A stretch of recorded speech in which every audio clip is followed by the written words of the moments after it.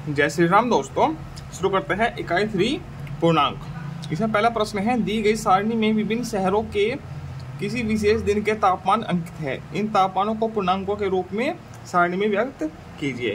ठीक है, इन तापमानों को पूर्णांकों के रूप में सारणी में व्यक्त करना है। ठीक, जैसे शहर का नाम है लेह, लखनऊ, श्रीनगर, शिमला और सूरत। ठीक, ये तापमान है 0 से 10 कम, 0 से 10 अधिक, 0 से 5 कम, 0 से 28 अधिक। इस प्रकार से तापमान दिए गए हैं। 0 से 5 कम तो माइनस का 10 डिग्री हो जाएगा, 10 डिग्री सेंटीग्रेड। ठीक, पूर्णांक में। ठीक है, 0 से 10 अधिक तो पूर्णांक में क्या हो जाएगा, प्लस का 10 डिग्री सेंटीग्रेड। ठीक, 0 से 5 कम तो माइनस का 5 डिग्री सेंटीग्रेड। 0 को तो 0 डिग्री सेंटीग्रेड ही रहेगा जहाँ पर बर्फ जम जाता है। ठीक, और 0 से 28 अधिक तो मतलब कि प्लस 28 डिग्री सेंटीग्रेड। ऐसे हो जाएगा। आगे, सारणी में दिए गए शहरों के तापमानों को संख्या रेखा बनाकर प्रदर्शित कीजिए। संख्या रेखा बनाकर प्रदर्शित करना है। ठीक, अब कैसे बनाई इसमें संख्या रेखा इतनी जगह पे, चलो कोशिश करते हैं।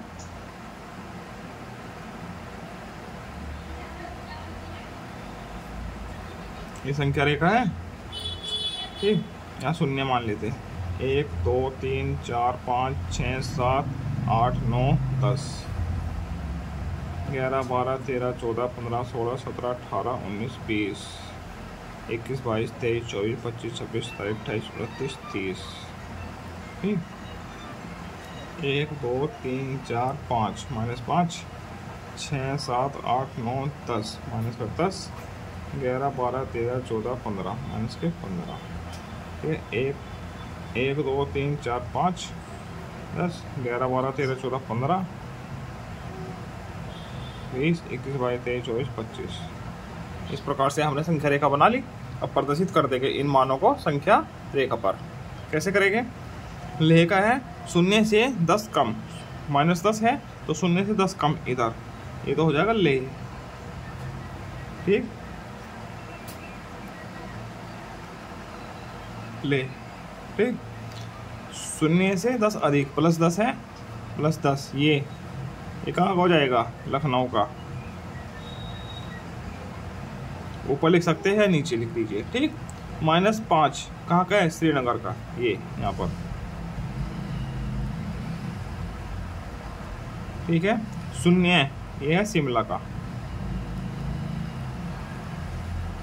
ठीक, 28 प्लस का 28 20 25 26 27 28 ये है यहाँ पर कहाँ का, सूरत का। ठीक है, इस प्रकार से संख्या रेखा पर प्रदर्शित हो जाएंगे।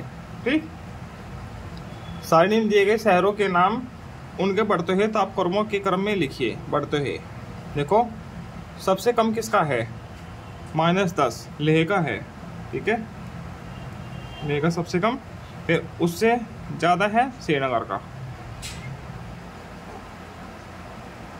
इसके बाद है शिमला। ठीक है, 0 है। फिर प्लस का 10 इसका है लखनऊ का। ठीक, लखनऊ का है, फिर है सूरत का।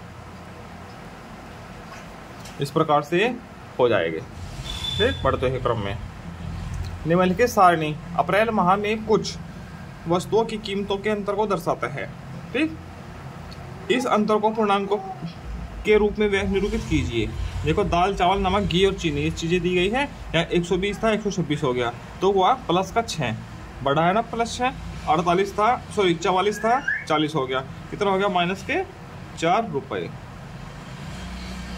ठीक, 25 था 28 हो गया, प्लस 3 हुआ। ठीक, 400 था 410 हो गया तो प्लस 10 रुपये हुआ है, बढ़ा है ना 10 रुपये, प्लस हुआ है। 40 से 44 हो गया तो प्लस के 4 रुपये हुआ है, रुपये बढ़ा है, कीमत का अंतर है इतना। ठीक, आगे चलते हैं पेज नंबर 32 पर। यदि हम किसी स्थान के समुद्र तल से ऊपर की ऊंचाई को एक धनात्मक पूर्णांक इस समुद्र तल है मान लीजिए, उस ऊपर चलोगे तो धनात्मक पूर्णांक है, मतलब प्लस वाला है से, तथा समुद्र तल से नीचे की गहराई को एक ऋणात्मक पूर्णांक से व्यक्त करते हैं। यदि नीचे चलेगा तो ऋणात्मक होगा, माइनस में होगा। ठीक, तो दिए गए चित्र में पवनडुब्बी व हवाई जहाज की समुद्र तल से दूरी को पूर्णांकों में व्यक्त कीजिए। ठीक है, ये 7500 मीटर ऊपर है, ये 1500 मीटर नीचे है, दिया गया है।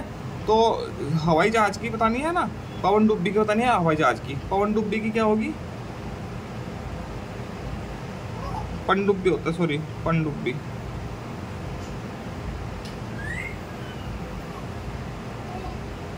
माइनस की 1500 मीटर, और हवाई जहाज की क्या होगी, प्लस की 7500 मीटर, क्योंकि ऊपर है ना तो प्लस होगी और नीचे है तो माइनस होगी। ठीक, दिए गए वर्गाकार सारणी, ये वर्गाकार सारणी है कि खाली खानों को पूर्णांकों का प्रयोग करते हुए इस प्रकार भरिए कि उनका योगफल पंक्तिवार, स्तंभवार तथा विकर्णवार 3 हो। योगफल मतलब कि जैसे कि ये 4, 5 और 2, 7 ऐसे है, सॉरी 4, 5 में 2 गया, 3 है, ऐसे 3 हो गया, विकर्ण तो ये हो गया, 3 हो गया ऐसे तो। ठीक है, अब लिख के देखो, ऐसे कर लो, चलो एक एक कर लो, 1 2 1 3, 3 हो गया, ऐसे भी विकर्ण हो गया दोनों, 3 3। अब इसमें देखो 1 और माइनस का 1 बचा तो 4 लिख दो, कितना हो गया, 4 5 में तो हो गया 3, ऐसे भी 3 हो गया। ठीक, अब इसको ऐसे करो, यहाँ भी 4 लिखो, हो गया, देखो 4 5 में तो हो गया 3, ऐसे भी 3 हो गया 3। ठीक, 4 5 5 में से माइनस का 2 कम करो, कितना बचा 3, यहाँ 3 हो गया, 4 5 माइनस 2 3, ऐसे भी 3 हो गया। ठीक, ये तो हो गया, 4 5 माइनस 2 करो, 3 बचा, 4 5, ठीक है 3 बच गया, ऐसे भी हो गया। अविकर्णवार भी 3 3 ही हो गया, ऐसे होगा ये। ठीक, मतलब ये संख्या आएगी बस, और ये नहीं, ये तो मैंने करके दिखाया है। नसीम 500 रुपये लेकर एक दुकान पर जाता है। दुकान पर वस्तुओं की कीमत चित्रानुसार दर्शाई गई है। ठीक, वह किन किन वस्तुओं को खरीद सकता है कि उसके पास 1 रुपया शेष न बचे। ठीक है, ये कुछ वस्तुएं हैं, पैंट है 290 की, टोपी है 35 की, बैग है, मोजा है, मास्क है, शर्ट है, चश्मा है, शर्ट है, ये शायद स्वेटर होगा। ठीक, ये है शर्ट। ठीक, तो उसने एक मोजा तो खरीदना ही है, ये तो खरीद चुका वो। ठीक, अब बाकी और लगभग कितने बचे, 465 रुपये के 3 सामान और खरीदने हैं। ठीक है, अब देखो क्या क्या खरीदेगा, 465 में 3 सामान और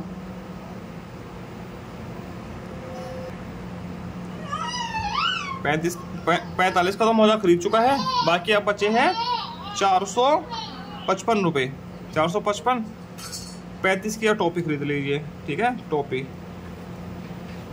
ठीक है 35 रुपये की, क्या होंगे 80, अब 80 खत्म हो गए, अब 420 है, 420 में 300 400 और 10 10 20, ये दोनों और खरीद लीजिए।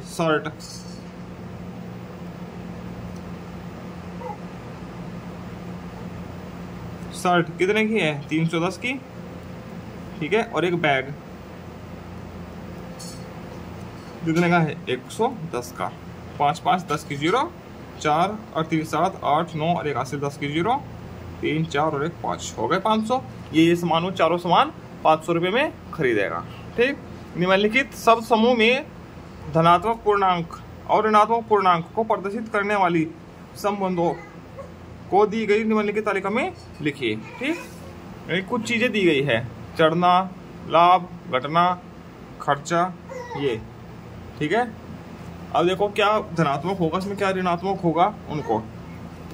चढ़ना क्या होता है, चढ़ना मतलब कि बढ़ जाना, प्लस हो जाना। ठीक है, लाभ क्या है, लाभ भी प्लस में होता है, माइनस में तो होता नहीं। प्लस क्या होता है, धनात्मक लाभ। ठीक, घटना, घटना माइनस को होता है, घटना लिखा है पहले ही। ठीक, खर्चा, खर्चे से क्या होता है, खर्च होता है, कम होता है, तो ये क्या आएगा ऋणात्मक में। पीछे पीछे जाना मतलब माइनस में जाना तो ऋणात्मक। आमदनी आमदनी में मतलब प्लस हो जाना, बढ़ता है पैसा तो धनात्मक।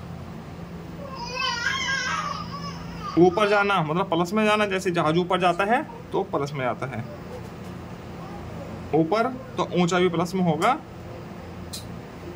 नीचा माइनस में होगा, हानि माइनस में होगी।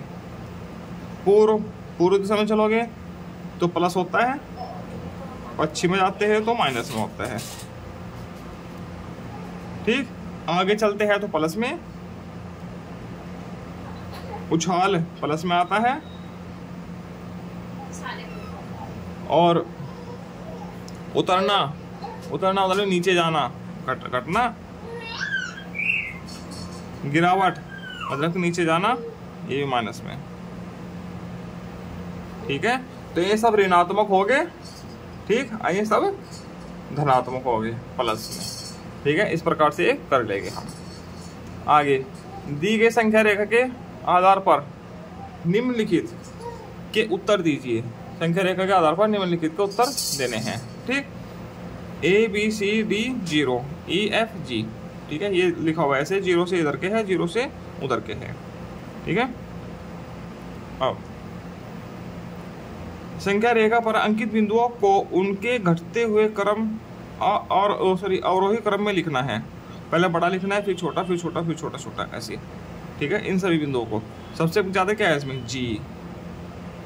ठीक, फिर F, फिर E, फिर D, C, B, A।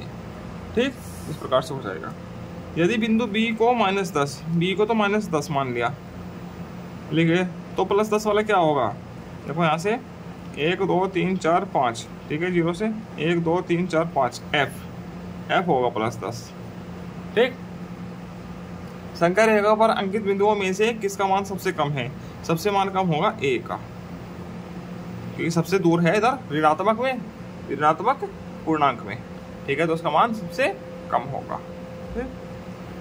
किसी स्थान पर सुबह का तापमान 4 डिग्री सेंटीग्रेड है, मतलब कि सुबह तो कितना है? प्लस के 4 डिग्री सेंटीग्रेड। ठीक, उसी स्थान पर रात का तापमान सुबह के तापमान से 6 डिग्री कम है, तो रात का क्या होगा? रात का तापमान सुबह से कितना है? +4 -6 बराबर -2 डिग्री सेंटीग्रेड। ये हो जाएगा रात का तापमान, -2 डिग्री सेंटीग्रेड। उत्तर। आगे के पेज पर चलते हैं।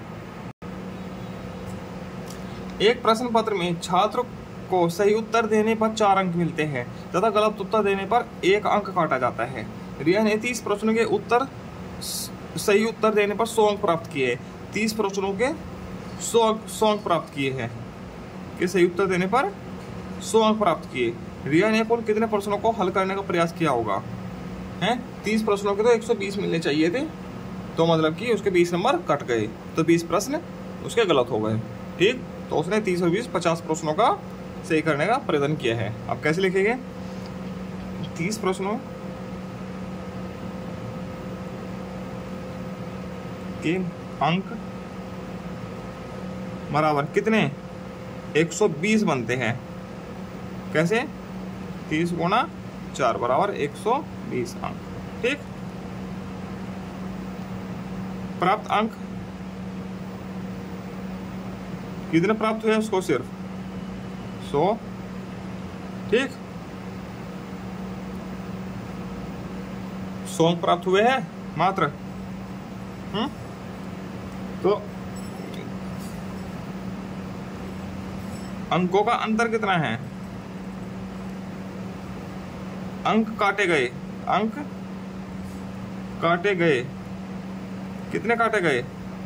120 - 100 बराबर 20 अंक। तो 20 अंक कितने हैं? 20 प्रश्न के बराबर है, तो कुल हल की बराबर 20 प्रश्न। ठीक, कुल हल किए गए प्रश्न कितने हो गए? 30 के अंक मिले हैं और 20 के अंक नहीं मिले हैं, बराबर 50 प्रश्न।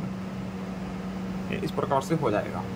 ठीक, दी गई संख्या रेखा पर अंकित बिंदु x तथा y का योग क्या होगा। x कहाँ है, ये रहा, देखो 0 है, 2 4 6 8 10 12 14 16। x का मान तो है माइनस के 14 12 14 है ना, माइनस का 14, और y का मान क्या है 2 4 6 8 10 12। तो इनका योगफल क्या होगा, तो x प्लस वाई बराबर -14 प्लस 12 बराबर माइनस का 2, ये इसका उत्तर आ जाएगा। ठीक, प्रश्न क्या, प्रश्न चिन्ह क्वेश्चन मार्क वाले स्थान को भरिए, इन अंकों को भरना है।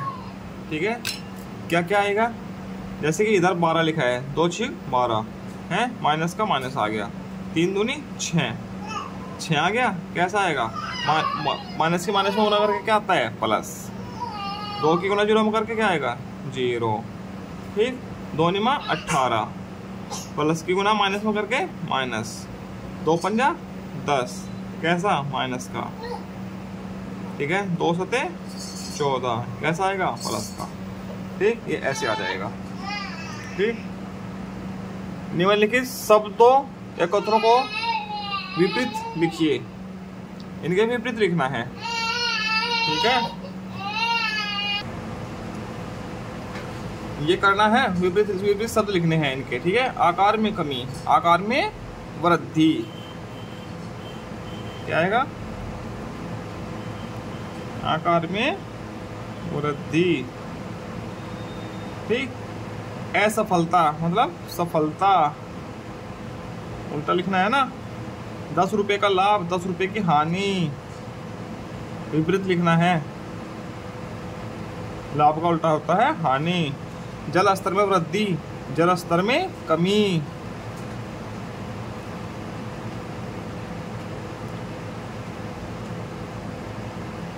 ऐसे लिखना है। ठीक, आगे 1300 मतों के अंतर से जीतना, ये इनमें लिखना था। ठीक है, हमने इनके सामने ही लिख दिया, चलो इनके सामने ही लिखते हैं। 1300 मतों के अंतर से हारना। ठीक, तापमान में 20% डिग्री की वृद्धि, सॉरी 20 डिग्री सेंटीग्रेड की वृद्धि, हम क्या लिखनी है, तापमान में 20 डिग्री सेंटीग्रेड की कमी। ठीक है, जो हमने इनके सामने लिखा है ना, ये इन लाइनों में लिखना है 6 की 6 में। ठीक है, हमने ध्यान नहीं दिया तो ये 5वां छठा यहाँ ना, 5वां छठा यहाँ लिखना है, जो शुरू के 4 लिखे हैं वो यहाँ लिखने हैं। ठीक, अब आगे चलते हैं। 13 प्रश्न है, बड़ा छोटा बराबर चिन्हों का प्रयोग करके रिक्त स्थान भरने हैं। ठीक है, ये है एस नहीं होगा, ये 5 होगा। ठीक है, एस गलती छपा है, ये है 5। ठीक, और इधर -15 और -2 कितना हो जाएगा, -2। ठीक है, ब्रैकेट खुलेगा, -15 प्लस का 2 बराबर -13। अब -13 बड़ा है या 5 बड़ा है, इसमें है 5 बड़ा। ठीक, माइनस की संख्या छोटी होती है। यहाँ देखो -6 और -7 क्या हो जाएगा, -13। ठीक, और इधर है 10 माइनस प्लस 3 बराबर 13, 10 और 3 13, जो बड़ा कौन है प्लस का 13। ठीक, यहाँ देखो -1 और -2 और -3, ये क्या हो जाएगा, -1 माइनस प्लस का 2 माइनस प्लस का 3 बराबर 3 2 5 5 बचे गया 4, इधर तो है 4, और इधर -4 माइनस प्लस का 5 और प्लस का 9, 9 और 5 14, 14 में से 5 4 कम हुआ बराबर 10, इधर 10 है इधर 4 है, तो बड़ा कौन है 10। ठीक, -4 प्लस माइनस 6 प्लस माइनस का 3, कितना होगा 4 और 6 10 और 3 13 बराबर -13। इधर तो -13 हो गया, इधर माइनस का 3 माइनस प्लस का 7 प्लस माइनस का 3, ठीक है, 3 3 6 बराबर 1 बचेगा, तो 1 बड़ा है, -13 से बड़ा 1 होता है। ठीक, सत्य असत्य कथन लिखिए, इसमें सत्य और असत्य कथन लिखने हैं। सभी पूर्ण संख्याएं पूर्णांक है, सत्य, ये तो लिखा है पहले से ही। शून्य प्रत्येक ऋणात्मक पूर्णांक से बड़ा है, सत्य। ठीक है, प्रत्येक ऋणात्मक पूर्णांक शून्य से छोटा होता है। ठीक है, धनात्मक बड़ा होता है। ठीक, प्रत्येक धनात्मक पूर्णांक ऋणात्मक पूर्णांक से बड़ा है, सत्य। यदि 6 बड़ा 3 है तो -6 ग्रेटर देन -3, गलत। ये माइनस का ये बड़ा होगा। ठीक है, तो ये असत्य है। ठीक, किसी भी पूर्णांक संख्या में असीमित पूर्णांक संख्याएं जोड़ी व घटाई जा सकती है, सत्य। कितनी भी पूर्णांक संख्या जोड़ी व घटाई जा सकती है। ठीक है, सबसे छोटा पूर्णांक 0 है। ठीक है, सबसे छोटा पूर्णांक 0 है, वैसे तो -3 भी है, वो पूर्णांक है। ठीक है, बस सबसे छोटा पूर्णांक 0 को ही माना जाता है, 0 को ही माना जाता है, सत्य। 0 न ही धनात्मक और न ही ऋणात्मक पूर्णांक है, सत्य। ठीक, एक पूर्णांक और उसके योज्य प्रतिलोम का अंश सदैव सम होता है। एक पूर्णांक और उसका योज्य प्रतिलोम होगा। योज्य प्रतिलोम मतलब कि यदि -3 है तो योज्य प्रतिलोम +3 सदैव सम होता है। अंतर असत्य है। ठीक, सत्य सॉरी, एक पूर्णांक और उसके योज्य प्रतिलोम का अंतर सदैव सम होता है, सम संख्या होता है, मतलब कि हाँ सत्य है, सम संख्या ही होती है। ठीक है, यहाँ सम लिख रहा है ना, कंफ्यूजन सा हो गया थोड़ा, सम संख्या है, सम संख्या होता है। ठीक है, सत्य है। 0 का योज्य प्रतिलोम 0 होता है, यह सत्य है। अधिकतर सत्य ही दिए गए हैं। संख्या 1 2 3 को धनात्मक पूर्णांक कहा जाता है, यह सत्य है। ठीक, अगले पेज नंबर 36 पर चलते हैं। संख्या 0 1 2 3 को ऋणेतर पूर्णांक कहा जाता है, गलत, यह सत्य है। -6 तथा +6 दोनों का निरपेक्ष मान 6 होगा, निरपेक्ष मान 6 होगा, सत्य है। निरपेक्ष का मतलब होता है ये लगा देते हैं ना, तो इसका मतलब प्लस का 6, और प्लस का 6 होगा, ऐसे करते हैं तो तब भी प्लस का 6। ठीक है, तो ये सत्य है। ठीक, किसी पूर्णांक का योज्य प्रतिलोम उसके द्वारा चिन्ह बदलने पर प्राप्त होता है, सत्य है। जैसे -5 का योज्य प्रतिलोम क्या होगा, +5। ठीक, ऐसे होते हैं योज्य प्रतिलोम। ठीक, योगात्मक प्रतिलोम, किसी पूर्णांक व उसके योगात्मक प्रतिलोम का योग सदैव 0 होते हैं, सत्य है। ठीक, किसी संख्या के पूर्ववर्ती संख्या व अनुवर्ती संख्या का अंतर सदैव 1 होता है, नहीं 2 होता है, 1 नहीं होता, 2 होता है। ठीक, ये असत्य है। ठीक, अब आगे रिक्त स्थानों की पूर्ति कीजिए। ठीक है, रिक्त स्थानों की पूर्ति करनी है। ठीक, 75 गुणा 75 की किस चीज में गुणा करेंगे, -75 हो जाए, किस में करेंगे, -1 में। ठीक, -1 -2 -3 की गुणा क्या हो जाएगी, 3 दूनी 6 और -6 हो जाएगी गुणा। 40 की गुणा 0 में करने से 0 आएगा। ठीक, -8 -8 -8 -8 1 2 3 4 5 बार है, तो -5 ऐसे लिख देंगे, गुणा 8 5 40, सॉरी हाँ 40 हो जाएगा। ठीक है, 8 16 8 8 40। ठीक है, सारे सारे माइनस के है ना, तो -5 गुणा 8 ऐसे हो जाएगा। ठीक, यहाँ आ जाएगा 10। ठीक है, 98 भाग 1 बराबर 1, ये गलत है सवाल। भाग 1 बराबर ये आ जाएगा 98 भाग 1 बराबर 98 आना चाहिए, ये गलत लिखा हुआ है। ठीक है, संख्या रेखा पर हल कीजिए, इसको संख्या रेखा पर हल करना है। ये तो दिया हुआ है 3, तो माइनस के 3 और फिर प्लस करना है माइनस के 5। कितना हो जाएगा? माइनस का 8। ठीक है, अब आगे का देखते हैं।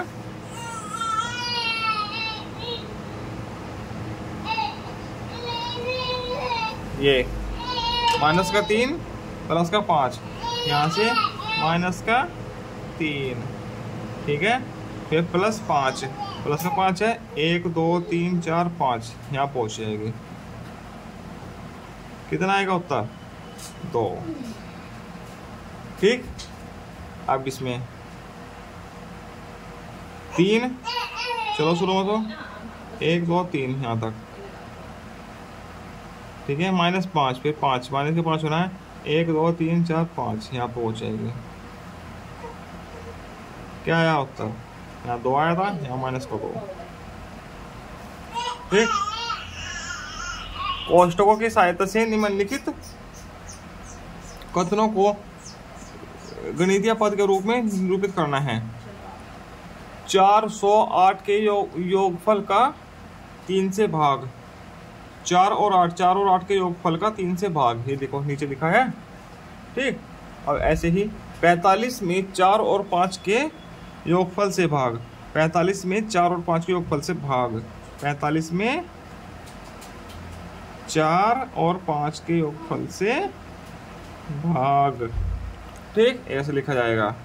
4 और 8 के गुणा करके 7 से गुणा। 4 और 8 के गुणा करके 7 से गुणा। 4 8 के गुणा करके 7 से गुणा। ठीक, ऐसे 48 में 15 और 3 के अंतर से भाग। 48 में 15 और 3 के अंतर से भाग के बाद 3 से गुणा। भाग के बाद 3 से गुणा। भाग करने के बाद 3 से गुणा जो आएगा।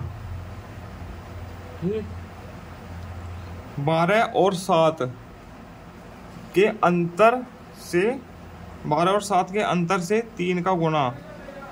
12 और 7 के अंतर से गुणा 3 का गुणा। ठीक, ये ऐसे होगा। हल कीजिए, इसको हल करना है। बोर्ड मास नियम लगना है। Brackets of division, multiplication, addition and subtraction. ठीक है, वो लगना है। सबसे पहले क्या होनी है? भाग। ठीक है, 18 और 3 की भाग करके क्या आएगा? 6 गुणा जो का 2 प्लस 4, ये ब्रैकेट के अंदर का हो जाएगा।